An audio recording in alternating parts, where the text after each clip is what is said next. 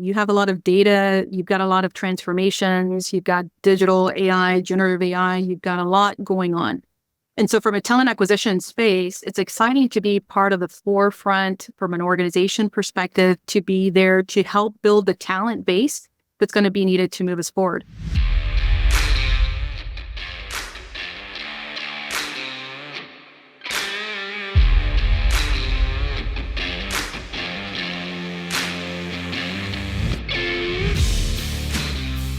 Hello, and welcome to the Talent Acquisition Leaders Podcast. I'm your host, Ryan Dull, and on this show, we interview today's industry leaders in talent acquisition to discuss challenges, best practices, and what the future holds. If you are working in talent acquisition and have always wanted to sit down with your peers at other companies to exchange ideas and learn, well, this show is the next best thing. Join us each week as we bring you a new expert interview and extract their expertise. This episode is brought to you by SageMark HR. Transform your recruiting practices with leading-edge technology. Selecting the right recruiting solutions to enable your strategy is one of the biggest challenges leaders face today.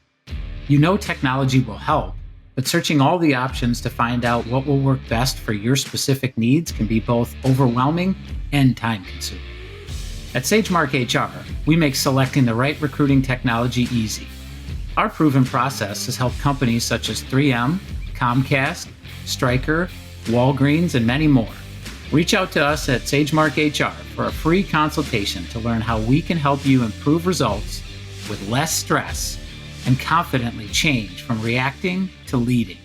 Hello, and welcome to another episode of the Talent Acquisition Leaders Podcast. I'm your host, Ryan Dull, and today I have a conversation with Dora Rodriguez. Dora is the Director of Talent Acquisition for the Friedkin Group. Dora, welcome to the show. Glad to have you.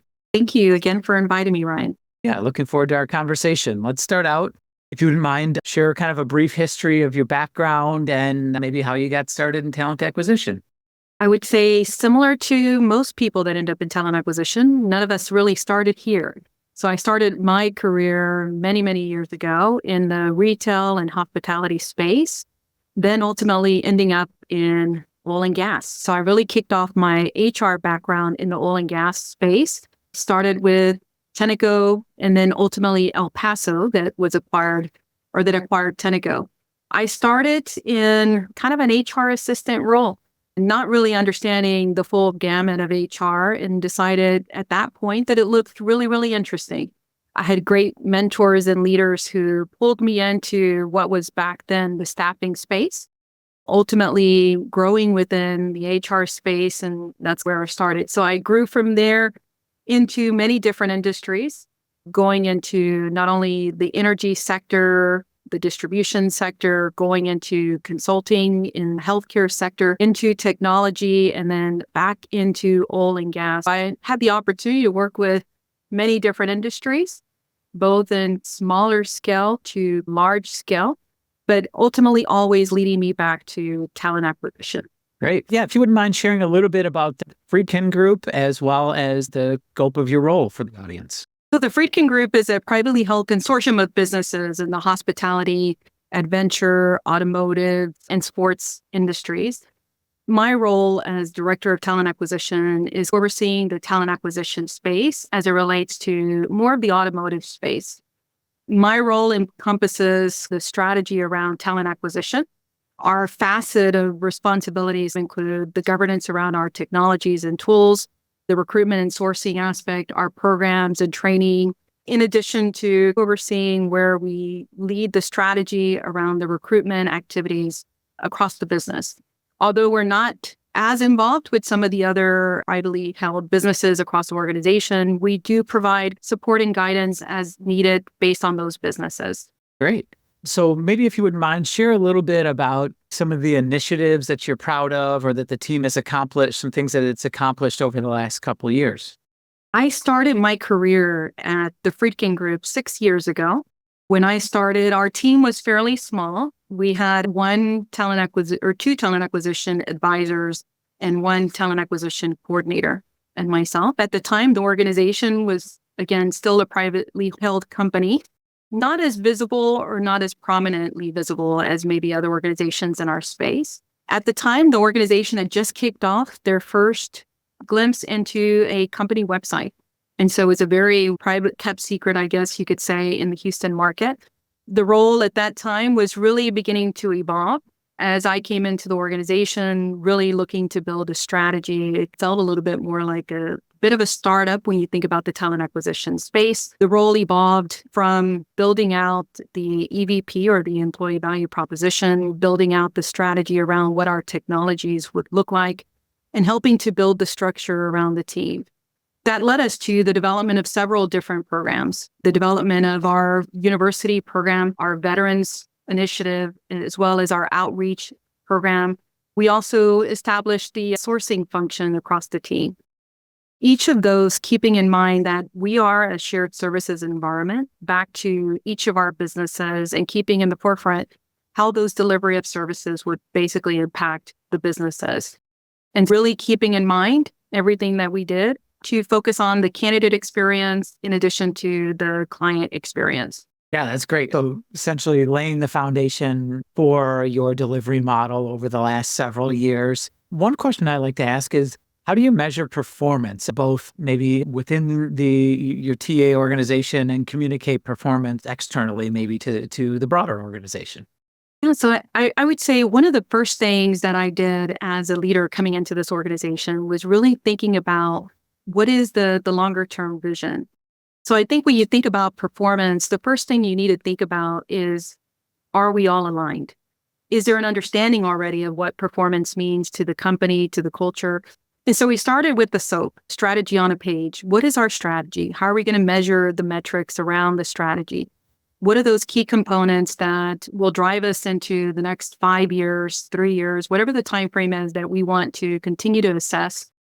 So the first thing I did was pull our team together and really ask them, what is your idea of our team and what do we understand as our experience so far? So when you think about even our own privately held organization, our brand is built upon beyond the ordinary experiences, how we create those experiences. So for us, it was aligned very nicely to how we would measure ourselves. So as we think about measuring ourselves, it was, how do we collaborate? How do we connect? How do we innovate? How do we drive our ability to be creative and be an advisor to the business? How do we measure our experience for the candidates who are visiting us, whether it's a technology experience or whether it's a communication or whether it's a opportunity to understand our brand? And then we think about the hiring manager. How are we advising, guiding, helping to share the insights to the market? And so the KPIs and the service level agreements were foundationally based on that experience. So when we think about our metrics or we think about how we measure performance, it's how are we understanding the business? How are we being viewed as a partner? How are we communicating? How are we really looking to understand our services and where we add the biggest value? And then most importantly, I think to everything else is, how are we as a team interacting and what is our own internal culture? And is it aligned back to the overall vision and mission of the organization as a whole? So performance to me is more individual. It's also viewed as team expectations, but it's in the foundation to both of those things is the experience. How are we feeling? How are we delivering that service back to the business? Yeah, that's great. Thank you for sharing that overview of that. Any specific metrics or a scorecard or any specific types of data points that you measure that particularly resonate back out into the business? So we have various survey journeys. They start at the beginning, our always on application experience. How do you measure our website? All the way through to somebody has been hired. Now we're 2 years out. What is that experience? So from very beginning to the very end, the experience measures are tied throughout the workflow process. For me, it's, did we do the things we said we were going to do? Did we provide you the quality candidates that you were envisioning? Were we creative in how we pulled those data points together? From a candidate experience, did we communicate? Did you understand our process? Did you understand where you stood in the overall mix? And at the end of the day, if you can say, I wasn't offered a job, but I really liked the culture and I really liked the people and they were communicating with me throughout the process, even though I was not accepted, I would recommend this organization again to somebody else. or I would reapply again to a job within the organization. And if we can, at the end of the day, have our leaders say, I would work with that recruiter again, or a candidate say, I would reapply and I enjoyed it even though I wasn't hired, then I think that's the greatest measure of success for a TA team to say, okay, we're not damaging our reputation, we're improving our experiences, and we're ultimately getting the right people to maintain engagement and interest in coming to work for us. That's great. Thank you for sharing that. So let's look forward a little bit. As you look this year and beyond, what are some of the key initiatives that you and your team are focused on? Yeah, so it's exciting to be in any organization right now. You have a lot of data, you've got a lot of transformations, you've got digital AI, generative AI, you've got a lot going on. And so from a talent acquisition space, it's exciting to be part of the forefront from an organization perspective, to be there to help build the talent base that's going to be needed to move us forward. From an organization standpoint, we are going through a large digital transformation. We are working very closely with each of our businesses to help bring the right talent in.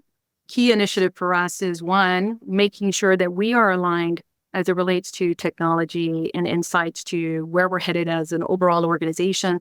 And then two, that we understand what that culture and expectation will look like as we bring talent.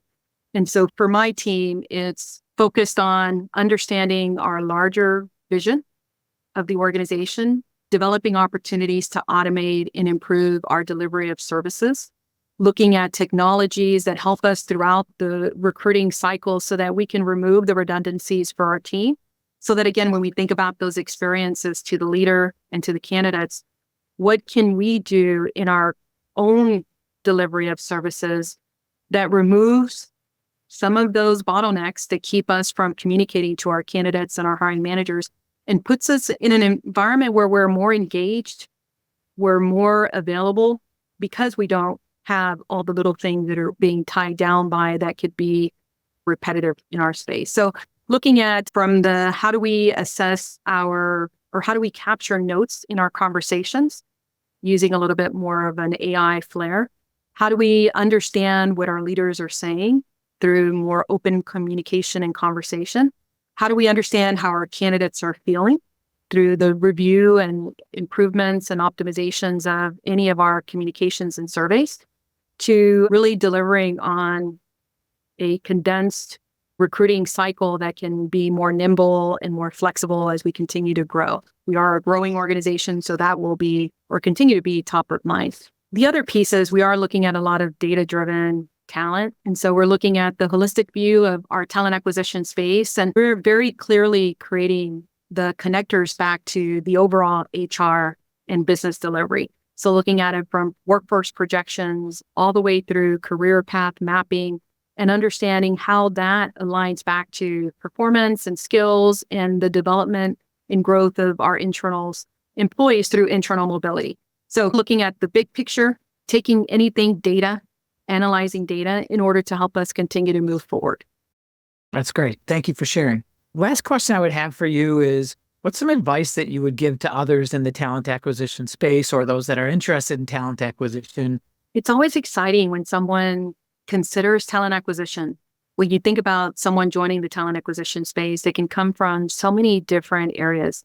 You have to really enjoy what you do and find the alignment back to the things that you can do within talent acquisition. So when I think about the things that someone could do in the talent acquisition space, it's not only helping the business grow through the identification of talent and the engagement and the rapport building and all of that you normally do as part of TA, but it expands beyond that.